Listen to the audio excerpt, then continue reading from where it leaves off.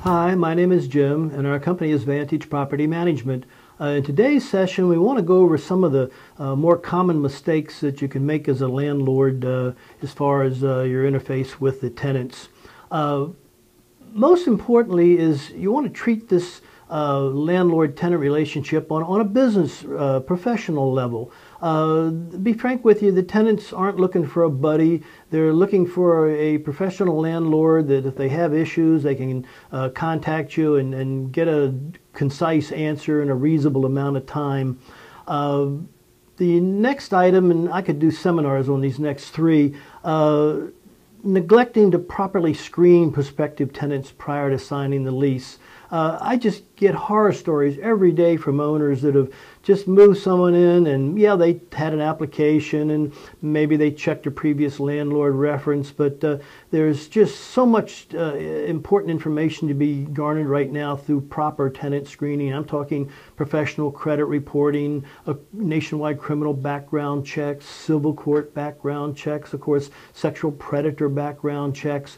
If you don't have the time or the wherewithal to do it, get hold of someone that can do it. Example here at Vantage Property Management, we have a program where we just take care of tenant screening, lease writing, and then turn it over to the owner if the owner wants to be their own manager.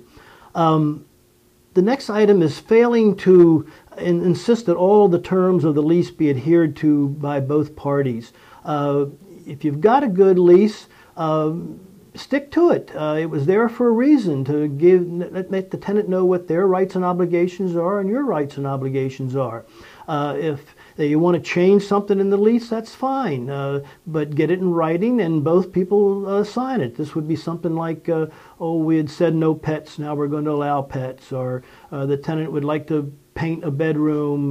What are the rules and regs? How's it going to be treated at the end? Do they have to paint it back? Are you going to accept it as it is? You know, those sort of things.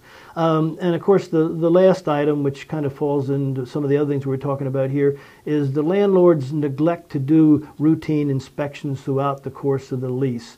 Nothing can make things pile up worse than just having a property go for 1, 2, 3 years. Yeah, the rent's coming in on time, but you're not having a good look at it, and then some of the catastrophic messes you can see at the end. And I don't mean necessarily tenant damage. There's normal routine maintenance that all properties need, and you surely don't, here again, want to wait for 2 or 3 years to address these items. You want to get in that house on a regular basis, see how things are going, maybe catch that little drip while it's still a handyman item before it becomes a full-blown plumber situation. So anyway, I cannot say enough about routine inspections on a schedule that both you and the tenant have agreed to at the signing of the lease.